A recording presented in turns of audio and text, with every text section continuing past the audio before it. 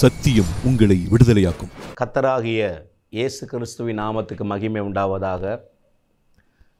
சத்தியம் உங்களை விடுதலையாக்கும் என்ற நிகழ்ச்சிக்கு உங்களை அன்போடு கூட வாழ்த்துகிறேன், வரவேற்கிறேன். கர்த்தர் உங்களை ஆஸ்வதிப்பாராக. இன்றைக்கு ஒரு சத்தியத்தை கற்றுக்கொள்ளப் போகிறோம். வேதம் தெளிவாக சொல்லுகிறது, சத்தியத்தை அறிவீர்கள், சத்தியம் உங்களை விடுதலையாக்கும். இயேசு கிறிஸ்து தம்மை விசுவாசித்த யூதர்கள் நோக்கி சொன்னார், எப்பா என்னை விசுவாசிக்கிறீங்க, ரொம்ப நல்லது, ஆனால் அடுத்த லெவலுக்கு வரணும். விசுவாசத்தில் அடுத்த ஒரு படி இருக்குது. விசுவாசத்தை மட்டும் போதாது, சத்தியத்தை அறிவீர்கள், சத்தியம் உங்களை விடுதலையாக்கும் என்றார். ஸோ நமக்கும் பிடித்தான். ஆண்டவராக இயேசுவை ஏற்றுக்கொண்டோம், ரொம்ப நல்லது. ஆனால் ஏதோ போகிறேன், சர்ச்சுக்கு போகிறேன், பைபிளை தூக்குறேன், ஜெபிக்கிறேன், வேத வாசிக்கிறேன், ரொம்ப நல்லது. ஆனால் சத்தியத்தை இந்த வேதத்திலிருந்து அறியதான், அறிந்து வாழ்க்கையில் செயல்படுத்ததான் மாற்றங்கள் வரும். வெற்றி, ஒரு கனி நிறைந்த வாழ்க்கையை நம்ம வாழ்வோம். இந்த வாரமும் இந்த நாளிலும் ஒரு சத்தியத்தை கற்றுக்கொள்வோம். கர்த்தராகிய தேவன் நம்மோடு கூட பேசுவாராக. மார்க்கு எழுதின நற்செய்தி நூல் 11வது அதிகாரம் 24வது வசனம். மார்க்கு 11:24. ஆதலால் நீங்கள் ஜெபம் பண்ணும்போது எவைகளை கேட்டுக்கொள்வீர்களோ அவைகளை பெற்றுக்கொள்வோம் என்று விசுவாசியுங்கள், அப்பொழுது அவைகள் உங்களுக்கு உண்டாகும் என்று சொல்லுகிறேன். இன்றைக்கு தனிப்பட்ட நம்முடைய தேவைகள் சந்திக்கப்படுவதற்கு, தனிப்பட்ட தேவைகள் சந்திக்கப்படுவதற்கான ஒரு ஜெபம் இருக்கிறது. விசுவாச ஜெபம் அல்லது விண்ணப்ப ஜெபம்னு சொல்லலாம். இந்த எப்படி ஜெபித்தால் நம்ம தனிப்பட்ட தேவைகள் சந்திக்கப்படும், நம்ம தேவைகள் தனிப்பட்ட பர்சனல் நீட்ஸ் சந்திக்கப்படுவதற்கான ஒரு ஜெபத்தை இங்கே கர்த்தர் எழுதி வைத்திருக்கிறார். ஒரு ஃபார்முலா, ஒரு சத்தியத்தை கற்றுக் கொடுத்திருக்கிறார். எப்படி ஜெபித்தால் தனிப்பட்ட நம்முடைய தேவைகள் சந்திக்கப்படும் என்ற ஒரு ஆழமான சத்தியத்தை இந்த வசனத்திலே ஆண்டு எழுதி வைத்திருக்கிறார். தமிழில் சொல்லப்பட்டிருக்கிறது, நீங்கள் ஜெபம் பண்ணும்போது எவைகளை கேட்டுக்கொள்வீர்களோ அவைகளை பெற்றுக்கொள்வோம் என்று விசுவாசியுங்கள். ஆனால் ஆங்கிலத்தில் ஆம்ப்ளிஃபைட் பைபிள் எப்படி போட்டிருக்குன்னா, நீங்கள் எவைகளுக்காக விரும்பி கேட்டுக்கொள்வீர்களோ கேட்டுக்கொண்ட பொழுதே பெற்றுக்கொண்டு விட்டோம் என்று விசுவாசியுங்கள். கேட்டுக்கொண்ட பொழுதே பெற்றுக்கொண்டு விட்டேன் என்று விசுவாசியுங்கள், அப்போது அவைகளை பெற்றுக்கொள்வீர்கள். சற்று தெளிவப்படப்பட்டிருக்கிறது. விரும்பி என்ற வார்த்தை தமிழில் இல்லை. What have you desire, first ஸ்டெப்பே நீங்கள் எவைகளுக்காக விரும்பி கேட்பீர்களோ. இதில் நீங்கள் கேட்டுக்கொள்ளும் போதே, ஜெபம் பண்ணும்போது எவைகளை கேட்டுக்கொள்வீர்களோ அவைகளை பெற்றுக்கொள்வோம் என்று விசுவாசிகள் போட்டிருக்கு. ஆனால் ஆங்கிலத்தில் சற்று தெளிவாக போடப்பட்டிருக்கிறது, நீங்கள் எவைகளுக்காக விரும்பி கேட்டுக்கொள்வீர்களோ கேட்டுக்கொண்ட பொழுதே பெற்றுக்கொண்டு விட்டேன் என்று விசுவாசியுங்கள், அப்போது அவைகள் உங்களுக்கு உண்டாகும். 4 ஸ்டெப். தனிப்பட்ட தேவைகள் சந்திக்கப்படுவதற்கு எப்படி நாம் ஜெபிக்க வேண்டும், அந்த ஜெபத்துக்கு 4 படிகள் இருக்கிறது. 1, வாட் ஹாவ் யூ டிசையர், எவைகளுக்காக விரும்பி, ஃபஸ்ட்டு விருப்பம். 2வது கேட்டுக்கொள்வீர்களோ, ஜெபம். 3வது பெற்றுக்கொண்டு விட்டோம் என்று விசுவாசியுங்கள். இதுதான் ரொம்ப முக்கியம், விசுவாசம். 4வது அப்படி கேட்டுக்கொண்ட பொழுதே பெற்றுக்கொண்டோம் என்று விசுவாசித்தால் பெற்றுக்கொள்வீர்கள். Desire, prayer, believe, receive. விருப்பம், கேட்பது, பெற்றுக்கொண்டு விட்டேன் என்ற விசுவாசம், பெற்றுக்கொள்வது. இந்த 3 சரியாக இருந்தால் ஆட்டோமேட்டிக்காக பெற்றுக்கொள்வோம். 1வது படி எவைகளுக்காக விரும்பி. முதலாவது நாம் நம்ம தேவைகளுக்காக விரும்பணும். உதாரணத்துக்கு, உங்கள் கணவன் இயேசுவை அறியவில்லை, ரட்சிக்கப்படவில்லைன்னு வச்சுக்குவோம். அல்லது உங்களுக்கு கடன் பாரம் நிறைய இருக்குது. இப்போ நீங்கள் ஆண்டவராக பார்த்து என் கடனை மாற்றின சந்தோஷம் நினச்சிங்கன்னா அது நடக்காது. நீங்கள் விரும்பணும், என் கடனை அடைக்கணும், அநேக ஜாதிகளுக்கு கடன் கொடுக்கணும், என் கணவர் ரட்சிக்கப்படணும், நாங்கள் அவரை சேவிக்கணும். கர்த்தராக பார்த்து என் ஹஸ்பண்டை ரட்சித்தா சரி, இல்லைன்னா ஒரு சித்தம் நடக்கட்டும். இல்லை, ஜெபிப்பதுக்கு முன்னாடி தேவ சித்தத்தை அறிந்து கொள்ள வேண்டும். அத்தனை பேர் ரட்சிக்கப்படுவதுதான் தேவ சித்தம். கவனிங்க, அவராக பார்த்து எதையாவது செஞ்சால் பெற்றுக்கொள்கிறேன்னா நோ, சரியான ஜெபம் அல்ல. நீங்கள் விரும்பணும். பைபிளில் சொல்லப்பட்டிருக்கிறது, நீதிமான் விரும்புகிற காரியம் அவனுக்கு கொடுக்கப்படும். தமக்கு பயந்தவர்களின் மன விருப்பத்தின்படி செய்கிற ஆண்டவர், தாகமுள்ளவன் மேல் தண்ணீரை ஊற்றுகிற தேவன். வேதம் சொல்லுகிறது, அவன் ஆசுவாத்தை விரும்பாமற் போனான், சாபம் அவனை தேடி வந்தது. நீதியின் மேல் பசி தாகம் உள்ளவர்கள் பாக்கியவான்கள், அவர்கள் திருப்தி அடைவார்கள். அப்போ முதல்ல விரும்பணும். உங்களுக்கு என்ன வேணும்?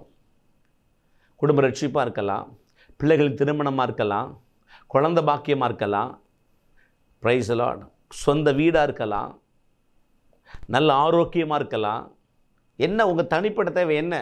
அதை முதலாவது விரும்புங்க. நம்ம விரும்பணும். அவர் விரும்புனா நமக்கு நடக்கணும் கிடையாது. அவர் விருப்பம் எல்லாவற்றிலும் வாழ்ந்து சுகமாக இருப்பது அவர் விருப்பம். நாம் விரும்பணும். அவராக பார்த்து செஞ்சால் செய்யட்டுங்கிற தவறான கான்செப்ட்.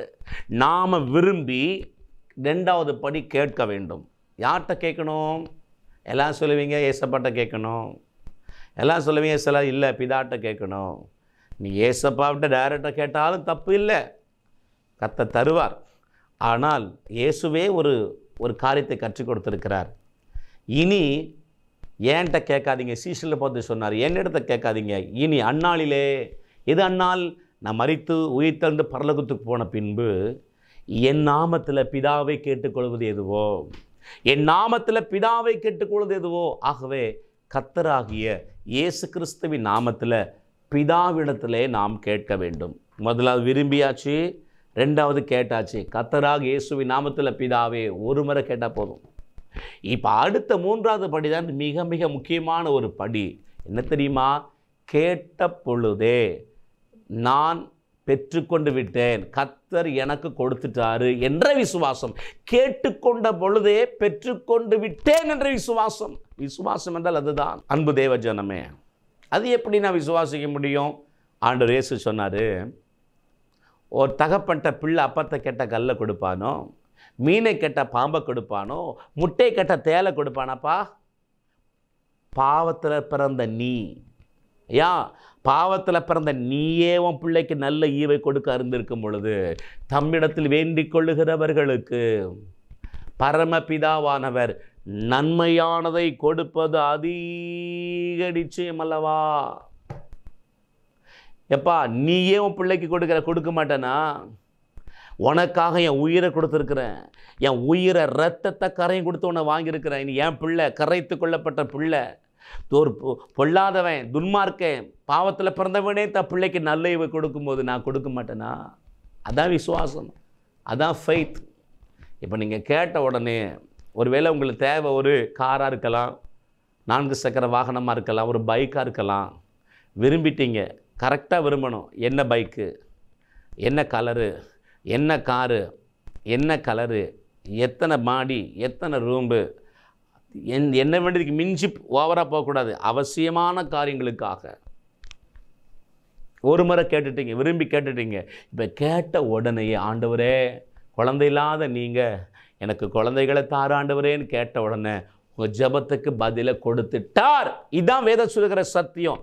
உடனே என்ன செய்ய தெரியுமா? ஆண்டவரே, என் ஜபத்தை கேட்டு எனக்கு பிள்ளைகளை கொடுத்துட்டீங்கப்பா. பைபிளில் பிள்ளைன்னு ஒரு இடத்துல கூட போடலை, சிங்குலரில் ப்ளூரலில் தான் போடப்பட்டிருக்கிறது. 2க்கும் மேற்பட்ட பிள்ளைகள் இருக்கணும், தான் தேவ சித்தம். நீங்கள் நெக்ஸ்ட் என்ன செய்ய போகிறீங்கன்னா, எந்த அளவுக்கு ஆண்டவரே என் ஜெபத்தை கேட்டு எனக்கு பிள்ளைகளை கொடுத்துட்டீங்க நன்றியப்பான்னு சொல்லி துதிக்க துதிக்க துதிக்க துதிக்க எவ்வளோ அதிகமாக தேங்க்ஸ் பண்ணுறீங்களோ அவ்வளோ குயிக்காக உங்கள் மாம்ச கண்களை பார்ப்பீங்க. உங்கள் தேவை என்ன? எங்கள் பிள்ளைக்கு திருமணம் நடக்கணும் பாஸ்டர். வேதம் சொல்லுது, நீ உன் பிள்ளைகளின் பிள்ளைகளை காண்பாய். அதுலேயே திருமணம் அடங்கிருது. நீங்கள் கேட்டுட்டீங்க, ஏசப்பாட்ட விரும்பிட்டீங்க, எப்படிப்பட்ட துணை வேணும்னு விரும்பிட்டீங்க, கர்த்தராகிய இயேசு நாமத்தை பிதாட்ட கேட்டுட்டீங்க. கேட்ட உடனே சொல்ல போகிறீங்க, ஏசப்பா பிதாவே, எனக்கு நல்ல என் மகளுக்கு ஒரு ஏற்ற துணையை கொடுத்துட்டீங்க, கொடுப்பீங்க, இல்லை கொடுத்துட்டீங்க, நன்றின்னு சொல்லி எவ்வளவு அதிகமாக நீங்கள் கர்த்தருக்கு தேங்க்ஸ் பண்ணுறீங்களோ, நன்றி செலுத்துறீங்களோ, அவ்வளோ குயிக்காக அவங்க மாம்ச கண்களை வந்துடும்.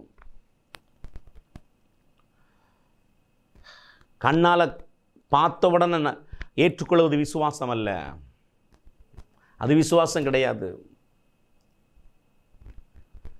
கேட்ட உடனே கொடுத்துட்டார் என்பதுதான் விசுவாசம்.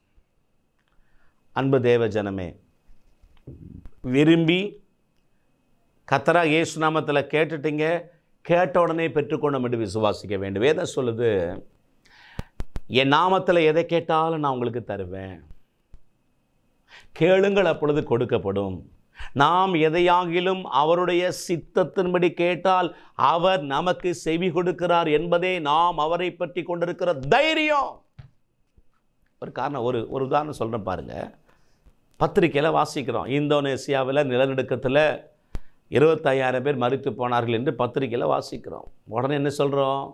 எல்லாட்டுமே சொல்கிறோம், இந்தோனேசியாவில் நிலநடுக்கமா, நேற்று 25,000 பேர் மரித்து போனார்களாம். எல்லாட்டையும் சொல்கிறோம்.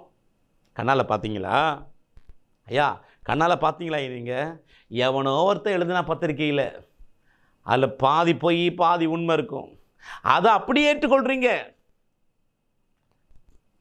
+2 SSLC எக்ஸாம் வருது, ரிசல்ட்டு பேப்பரில் வந்த உடனே நான் பாஸ் ஆகிட்டேன்னு சொல்லி அப்படியே சந்தோஷத்தில் குதிக்கிறாங்க மாணவர்கள். ஆனால் நிறைய நேரம் பிரிண்டிங் மிஸ்டேக் ஆகிருது, தெரியல உங்களுக்கு. சரி, அதை விடுங்க. நீங்கள் ஒரு கம்பெனிக்கு செலக்ட் ஆகிட்டீங்க, வேலைக்கு உயர்ந்த பதவிக்கு செலக்ட் ஆகிட்டீங்க. இன்டர்வியூ முடிஞ்சிடுச்சு. அவங்க சொல்கிறாங்க, நீங்கள் வீட்டுக்கு போங்க, உங்களுக்கு அப்பாயின்மெண்ட் ஆர்டர் வரும், வந்தவொடனே வந்து ஜாயின் பண்ணுங்கன்னு சொல்லிட்டாங்க. அவங்க இன்டர்வியூலே சொல்லிட்டாங்க, உங்களுக்கு சம்பளம் 1,00,000 ரூபா, ஒரு மாதத்துக்கு 1,00,000 ரூபா, என்னென்னலாம் உங்களுக்கு சம்பளம் கூட்டுவோம் எல்லாம் சொல்லிட்டாங்க. நீங்கள் அப்பாயின்மெண்ட் ஆர்டர் வீட்டுக்கு கையில் வந்த உடனே நீங்கள் வந்து ஜாயின் பண்ணுன்னு சொல்லிட்டாங்க. இப்போ வீட்டுக்கு வந்துட்டீங்க, அப்பாயின்மெண்ட் ஆர்டரும் கையில் வந்துடுச்சு. கையில் வந்தோன்னு என்ன சொல்கிறீங்க? அந்த லெட்டரில் எழுதப்பட்ட வாசகத்தை படித்த உடனே எனக்கு வேலை கிடச்சிருச்சு. எல்லார்ட்டையும் சொல்கிறீங்க, எனக்கு வேலை கிடச்சிருச்சு. சம்பளம் எவ்வளோ? 1,00,000 ரூபா. ஆமாம், வேலைக்கு போய் அமர்ந்து வேலை பார்க்கலை, 1,00,000 ரூபா சம்பளத்தை கையில் வாங்கலை, எவனோ ஒருத்தன் எழுதின 2 வார்த்தையை படித்த உடனே வேலை கிடச்சிட்டுன்னு விசுவாசிக்கிறோமே, நம்புகிறோமே. எனக்கு 1,00,000 ரூபா சம்பளம்னு நம்புகிறோமே. வானமும் பூமி ஒளிந்து போகாத தேவனுடைய வார்த்தை. ஆண்டவர் சொன்னார், இந்த வார்த்தையில் ஒரு கமா, ஒரு உறுப்பு கூட ஒளிந்து போகாது. வானமும் பூமி ஒளிந்து போனாலும் இந்த வார்த்தை ஒளிந்து போகாது. மாறி உறைந்த மழையும் வானத்திலிருந்து இறங்கி பூமியை நினைத்து விதைக்கிறவனுக்கு விதையையும் புசிக்கிறவனுக்கு ஆகாரத்தை விளைவிக்கிறது எப்படியோ அப்படியே என் வாயிலிருந்து புறப்படுகிற வசனம் அப்படியே இருக்கும். அது வெறுமையாக திரும்பாதுங்க ஐயா. வானமும் ஒளிஞ்சு போனால் இந்த வார்த்தை ஒழியாது. அவன் யாரோ சொன்ன வார்த்தையெல்லாம் அவ்வளோ நம்புறீங்களே. ஆனால் வானத்தையும் பூமி படைத்த தேவன், ஜீவனை கொடுத்து மீட்டெடுத்த தேவன் எழுதின வார்த்தை சொல்லுது, எப்பா நீ கேட்டால் நான் தருவேன்ப்பா, என் நாமத்தில் எதை கேட்டாலும் தருவேன், கேளுங்கள் கொடுக்கப்படும், கேட்டால் பெற்றுக்கொள்வீங்க, என் நாமத்தில் கேளுங்க பிதாட்ட.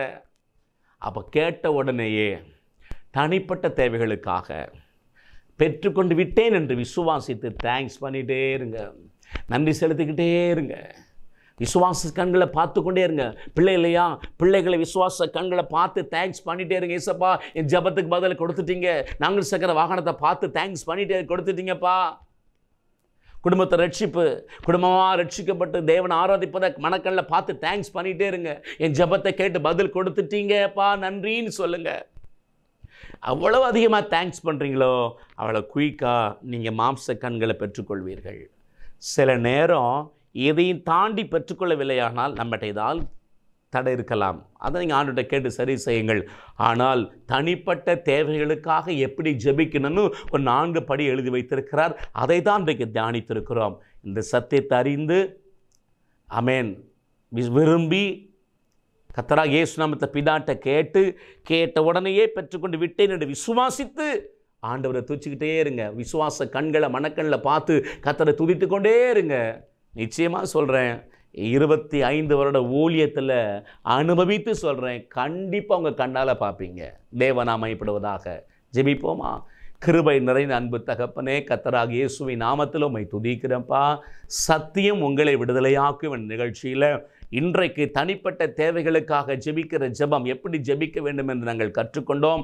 இந்த சத்தியத்தை அறிந்து நம்முடைய பிள்ளைகளை அபியாசப்படுத்தி வெற்றியுள்ள வாழ்க்கை வாழ கிருபை செய்யுங்க. மீட்பர் இயேசு கிறிஸ்துவின் நாமத்தில் பிதாவே, ஆமென், ஆமென்.